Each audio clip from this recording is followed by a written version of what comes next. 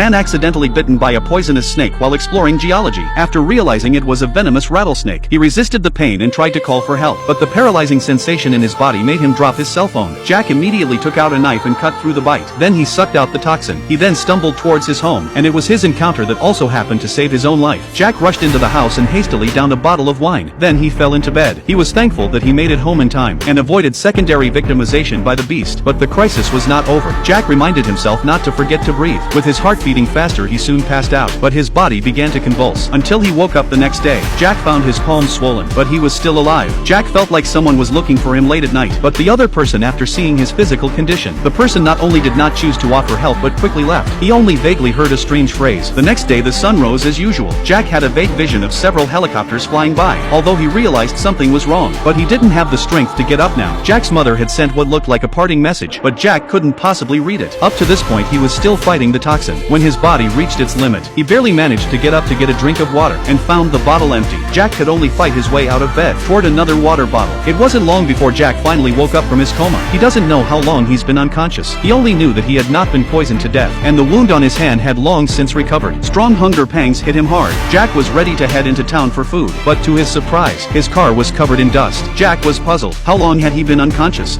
But he didn't have time to think about it. After a brief cleaning, he went straight to the town, but as soon as he reached the edge of the town, Jack realized something was wrong. The busy streets were now empty. In front of the supermarket, he found the goods strewn along the side of the road, and what happened next was even more unbelievable.